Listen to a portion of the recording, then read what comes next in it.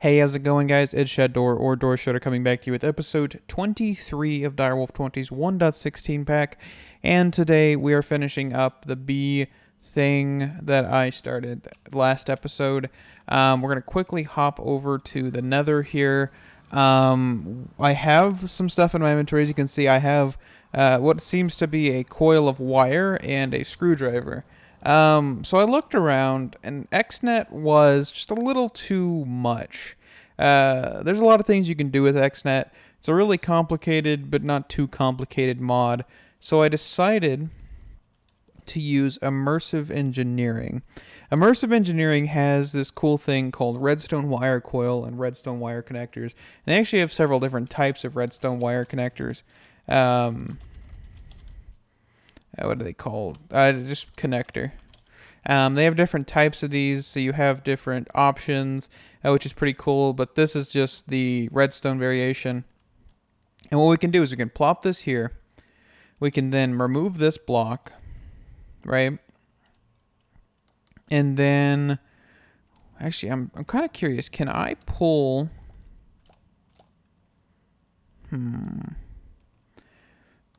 See, this is what I was kind of thinking. Is I'm not 100% sure where I want to actually pull this from. So what I know 100% I can put this here and then put a wire probably here. And that should connect. Should. Actually, I might be able to put the thing on this, actually, like on the block. And then what you do is you right click with a screwdriver, an engineer screwdriver, and it'll give you this interface which allows you to pick different colors, which we're going to do black here. And we can switch this to output. Okay, so if I pull this out, right, because this should be only work with redstone signal. If I pull this out here, it should most likely put a new one in there. But we're going to test that when we actually get the thing on, because I completely forgot about that. So let's throw the pair of shears in here. And let me go activate that real quick, and I'll be right back. Okay, so I did notice a problem. Whenever this system was turned on, I needed to switch this to work without a redstone signal, because this is technically active. Since there is one in the slot, it's not reversed. So this needs to be only work without redstone signal. So when I put the next one here, right, we're going to have to immediately pretty much put... Actually, we can just leave it empty. So it'll be turned off. So it won't actually do anything as of yet. There we go. And then we can just kind of go through and place all of these. It is kind of hard. I don't have the shrinking device stuff. Oh, crap. Well, I'll get that sorted in a second here. So then we can place these. Okay. And then we can coil this bad boy up. And that should be good for a second here. So what we can do now is go through and actually set these correctly. Which none of these should have shears but the very last one. Right? So we're good there.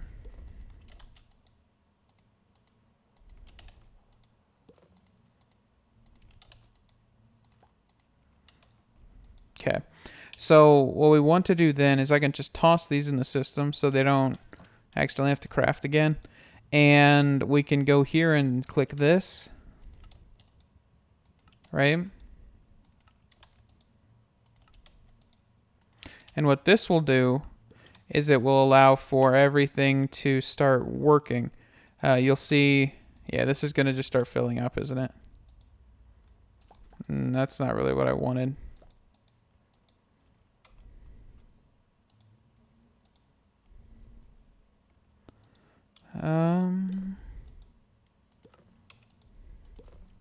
I'm going to have to put these on different colors, aren't I? I was hoping I wouldn't have to all the way, but I guess I will.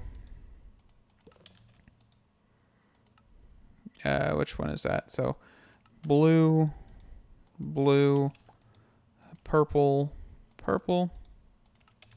The buttons are kind of small, so I keep misclicking them. Light gray, light gray. So these should all be on. Okay, so if I take this out. Okay, why are you still filling? Okay, so if I fix this, this should prevent it from doing that. Okay, so now we have tons of shears that our system won't have to craft, by the way. But now we should only get one pair per system. Or per dispenser, I guess, technically. Which isn't the worst. I don't really care if there's a ton of shears in the system. They're all going to be used at some point. The crafting upgrade only works if there is none in the system. So if I take all the shears out, then there would be shears crafted for each one of these. So when I run out of shears, it will start crafting more, and only when it needs it. So it's not using abundance of iron to fill these every single time. So that's good. Also, this inventory checker does not care about damage. So if you keep this on ignore, it will just ignore that. So that's a good thing. But I do need to move this one over here. So that's a thing that I need to do. I also probably need to cause a block update sooner or later. But what we'll do for now is we're going to destroy this, which is going to get sucked up, and I know that. And we can actually set this up as well here while we're here. Okay. And I'm going to have to move this thing as well. I think we'll move it to the side here. Where's that dividing wall? Right here. So the dividing wall will be our good spot here. Okay, and we'll set that to actually filter properly later when actually I have the ability to do that. So,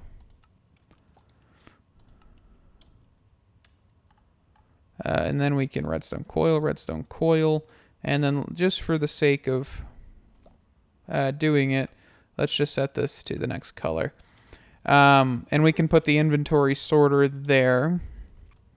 And that should be good. So I will be back in a second. Let me get the transmitter and all that set back up and all that jazz. Alrighty, so this is all set up over here. I've also filtered this to honeycombs only. We don't have a lot of bees in here technically. We need quite a few more to actually fill this up fully. I did try to breed some. I added a trap door here, but of course bees do escape, so it's not the best option. But we do have, this rainbow of redstone cabling now. And each one of these does have one in there. As you can see, some are actually getting used. I had to manually update it just so everything would start running by itself. So that's a thing. I've also added a grid down here so I can access the system from here because the stuff kept getting sucked in there. So, but we do have that filtered now and all that jazz. So yeah, that's a honeycomb farm. Not the greatest setup. Honestly, I could probably make it better now that I have access to the redstone stuff, but I'm not going to do that. Because if I put a thing here and a thing here, it kind of just looks stupid after. Anyway, so, yeah. So that is going to run. That is just going to take tons of time to actually get anywhere. As you can see, we have some honeycombs and all of that. So, yeah, we've got 21 honeycombs. And we're kind of just waiting. So, the biggest thing is the reason we need honeycombs. We could have done glass bottles. We could have. But I don't really want to do glass bottles. And I don't fully know why I don't want to, really. So if you look in here, to make honey, liquid honey, it's 2 bottles gets you 500. This gets you 5,000. So a block of honey and a honeycomb will get you 5,000. Of course, a honeycomb can be turned or can be used to get normal honey through a centrifuge, which is only 100. I think you need a total of 250 per bottle. So you're not getting a great trade-off there. So I believe it's 3 honeycomb per 1 bottle and 50 excess. So you're getting a decent thing, but you need 2 bottles. So you need 6 honeycomb to make 2 bottles. Those 2 bottles, let's see, those 2 bottles. Let me think. So yeah, I might just do like one side honeycomb, one side non, which can be this side. This side's not too complicated to set up since now I know how to set this up fully with refined storage included. So I might do that off camera real quick. Not 100% sure. But we need honey because we need crystallized. Crystallized, I saw it. Crystallized amber. Crystallized amber requires honey. And yes, there is a magma recipe, but for some reason it doesn't work. So, yeah. I've tried it a few times and I couldn't get it to work. Unless I'm doing something wrong. It would be nice to not have to do honey, but I might do some testing off camera and see if I can get that to work. But this is a good thing to have anyway, because you never know what honey could be used for in the future. So,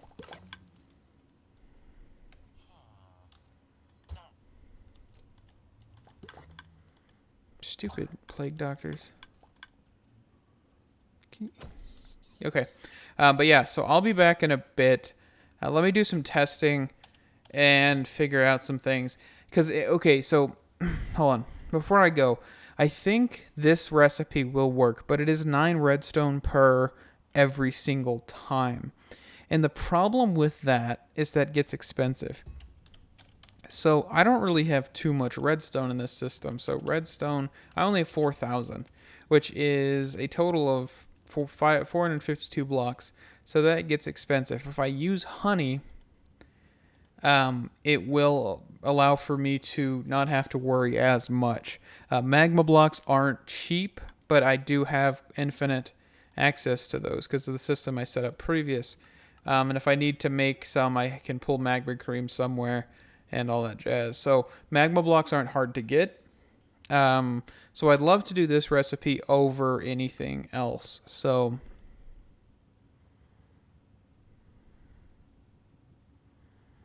I might be able to convert. I might not even need to do anything with this. Because, okay, so if you think about it, there is several types of honey. So there is, of course, cyclics. There's COFH core, which is thermal, and create. So thermals can be created with centrifugal separator with a honeycomb. A singular honeycomb can be turned into 100. This can be turned into 1,000. So what I can do actually is just use these to get honey. But I'm not sure how much conversion there is with this honey stuff. So we'll have to look into that. So let me try and complete this other side here. Oh, it seems to not be reaching. I might move this then. Because if it isn't reaching all the way, then that's not a good thing.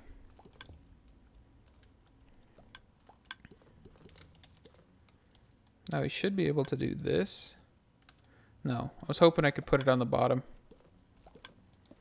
So we'll do 7, 7, 7, honeycomb filter, whitelist, and that should be better. So there's some minor things to work out, but I'm going to try and figure out some plans to get some crystallized amber. I don't want to use too much redstone, so I'll be back then. Okay, so I haven't done anything with the bee thing. I'm just going to keep it as is. I've also realized I wasn't recording for the last little segment. I went and made some crystallized obsidian, which, if you don't know, is obsidian, crystallized amber, and wither rose, and some slime, which is just liquefied in the melting chamber.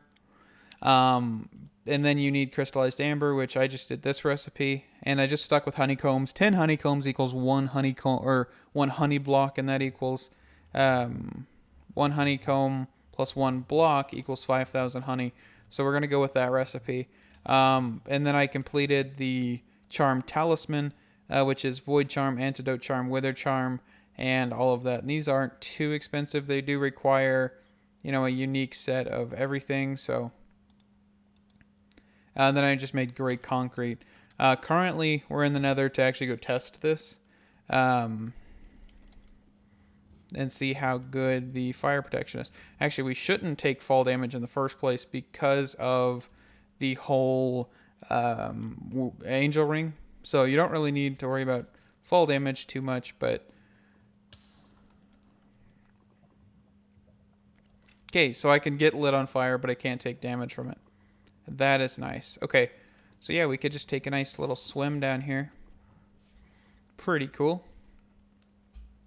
So we are good against nether or withers and all of that jazz. So that is actually pretty fancy. Not gonna lie. So my next goal, honestly, is to get the crystallized armor, which let me get up here and I'll show you guys. So the crystallized armor. So crystal is right here. So this is actually stronger than netherite. So if I put this in the tab here, and let's get rid of all of this stuff now, and let's go to netherite. Netherite. So netherite's chest plate is only 8, while this is 24, which is pretty cool. So we're gonna be able to get that, and we're gonna pull off all the enchants on this armor to actually get to that point, which all this stuff has mending, and of course I don't have a chest plate, so that's a thing. So yeah, so I'll be back in a second. I'm gonna try to get some more of those crystallized obsidian crystal thingies, and I'll be back. I should need to get like 30 of them. So something I've actually been really wanting to make is this powered diamond anvil. So we're going to quickly plop that down and see what this actually does. So I don't fully know what it does. I know the tooltip says some things about it. Repair using energy. So in theory, I can put this in here and always on, and this should start repairing my tools. This isn't like a very great anvil mechanic, but I do like it. So I don't have to worry about my tools breaking. I can just come in here and plop them down and all that good stuff. Of course, I will be making a whole new set of tools and stuff, so this isn't really that important as of yet. But until I get mending on everything, this will be fantastic. So, alrighty. So, as you can see here, we are fully kitted out in crystallized obsidian armor tools. The sword only did 0.5 more damage, I believe. Let's see. So I put the sword in here. It does, yeah, 0.5 more and has the exact same attack speed, which is fine. We'll still use it and all that jazz. But yeah, so we have better armor. I put vitality back on this. I pulled all the enchants off the jetpack, so we're good there. I don't fully have too much more planned. That was kind of it. That was kind of just cyclic and stuff. So I'll be back in a second here, and we'll see what I do. So I'm back. I just realized I wasn't recording for this whole segment. I feel like an idiot. So I thought I was talking to the camera the entire time, but in reality I was talking to myself. Okay, so what I did, besides create an army of blazes that's not going anywhere,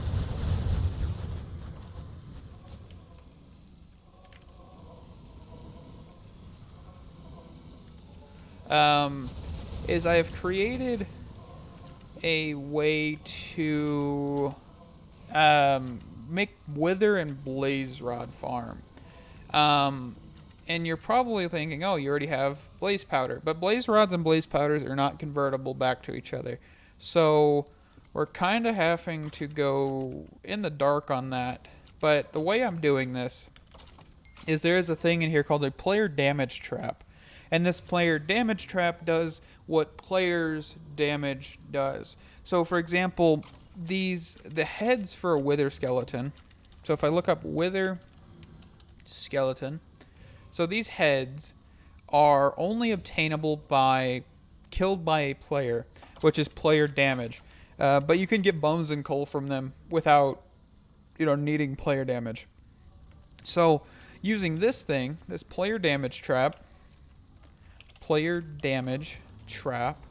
here, it damages mobs and touch it with XP. Mob drops will be player oriented. So it also does not drop XP, and I don't have a way to get that. But the way we're doing this is a logistical sorter or item collector, which you've seen in the bees video, and the iron chest. This then goes into this logistical sorter that is turned on automatically. Like, it's just turned on all the time. But we have all of the items we need to filter pushed into here on the path of blue. And this blue path is, of course, to the ender chest. And this path of none is actually pushed to this trash can. So we have that set up. And I do not know if I have this on camera, but I will show you guys. We do have a spawner agitator put on these, which is just compressed iron ingots, and compressed iron ingots is TNT and iron ingots. I really was hoping to catch that on camera, but it seems that I have made an oopsie whoopsie. So, we are getting wither skeleton heads. We are getting a whole bunch of good stuff. So, that is a thing.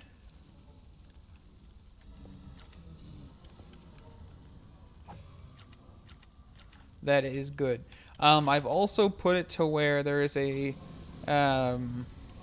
pusher at the very top, powered to 15 by a lever that will cause the entities to be pushed down onto the player trap permanently. So the damage they take allows them to jump up just a little bit so they don't take damage. But the way this is set up as of current prevents that. So they can't jump, so they constantly take more damage. Which is a pretty good thing, considering that I wouldn't even have thought about that if I didn't know those were in the pack. So that's a thing. And if you don't know what a spawn agitator does, by the way, what it does basically is it says, hey, there's default mechanics to spawners. Yeah, yeet, and then you get what you get. So there is a wither skeleton thing in here and a blaze one. And for some reason, blazes are all doing that. So, not 100% sure, but I think a way to solve this would be to remove blazes from this farm, because it doesn't seem to be working very well. So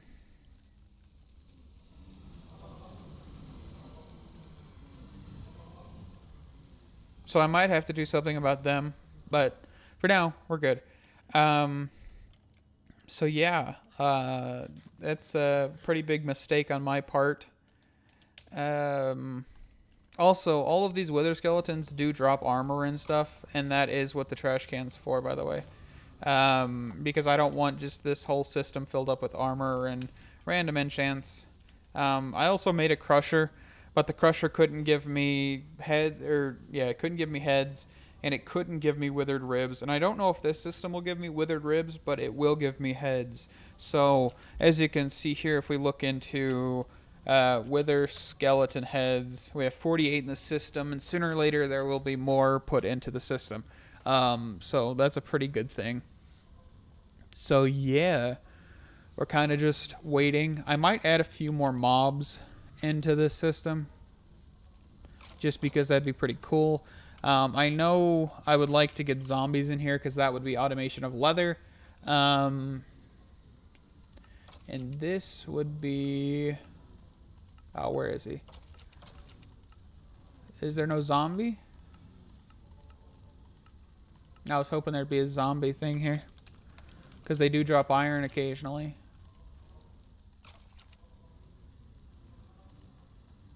There it is.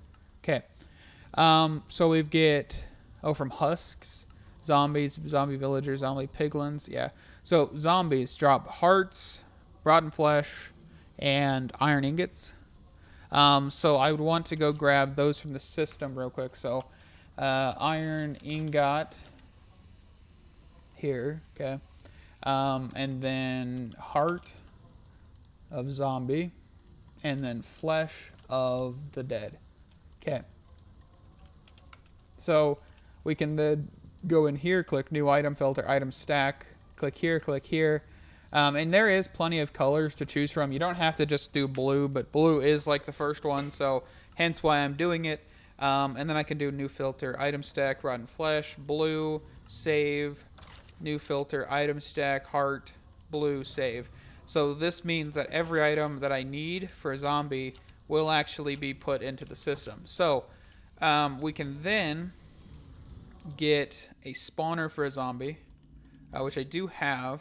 I believe it's one of these. Which one do we want? So we've got that one. I believe we've got this one. That one's got shields. Or we got this one, which is just a pickaxe. I think I want to go with the shield dude for now. The shield dude sounds pretty cool. And then we'll grab a spawn agitator real quick, just so I can show you guys how this actually works too. So you're not completely left in the dark on how I did this. So, because I do feel bad about that. So we can go in here, we can shift click, spawn agitator, put blocks up here, and quickly leave. So that is zombies successfully put in there. Okay. And you can see there is shield wielding zombies, which is pretty cool. So if I actually turned this off, by the way, you could actually see what actually comes in from these zombies, which is all enchanted and stuff. And actually, I could do a power system with this, in all honesty. I really could. And I might do that in the future, actually. I might set it up to where we could disenchant all of these. Or even, can I throw enchanted gear into the... No, I can't. But I could try to automate the enchanter and see how that goes. I might try to do that in a testing world. And if I can do that, I might be able to do a very interesting power system, which would be purely just running off of enchants. And that would be actually pretty cool. And I'm kind of curious if that would 100% work. It might not, but it might. So maybe we'll see in the future. Because now zombies will give me rotten flesh. And rotten flesh, if you don't know, 4 rotten flesh can be smelted to create leather.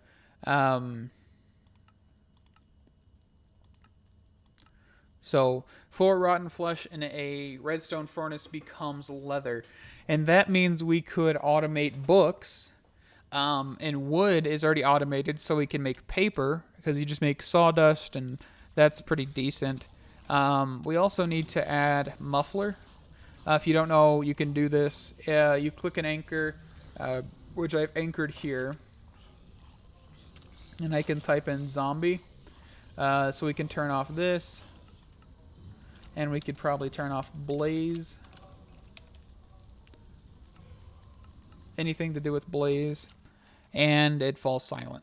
So that's a pretty cool thing. Now you guys know how I kind of set that up just a little bit more. Sorry about not showing you the entire process, but I really wanted to get you guys a little bit in the know to actually build this thing. And this actually is 5 blocks tall above the spawner, 6 blocks below the actual spawner. And the reason it's 6 blocks below is because I'm taking into account these conveyor belts.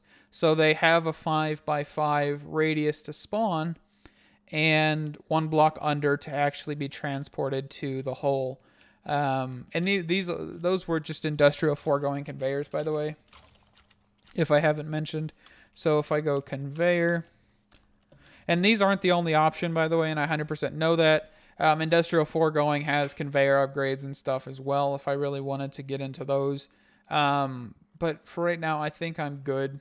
The conveyor system's working pretty decently, but you do have cyclic and you do have immersive engineering and all of that stuff. So that is pretty cool.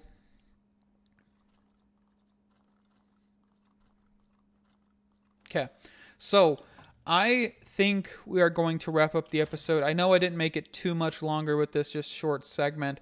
I wish I could have made it longer and actually recorded instead of just realizing I wasn't. But yeah, hope you guys did enjoy. I thank you guys so much for stopping by and all the support and all the comments. I do take your feedback into account, but these videos are recorded a week or so in advance, so I can't always address them quickly. I know there's a person out there saying their angel ring allows you to fly fast. It does in theory. If you actually sprint before you leave, you can fly fast. And this was actually how extra utils work, I believe. But it isn't during flight itself. So you'd have to actually land and then fly. So that is a thing. And if you stop, then you have to land and try it again. So the Sojourner Sash probably does help. We'll get to Britannia sooner or later. So yeah.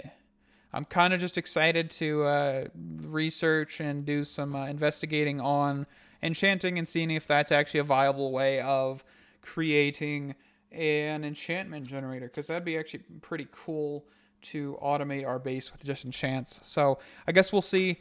Thank you guys so much for stopping by. Thank you all for the feedback, as I've said previous, and I'll see you guys around. Adios.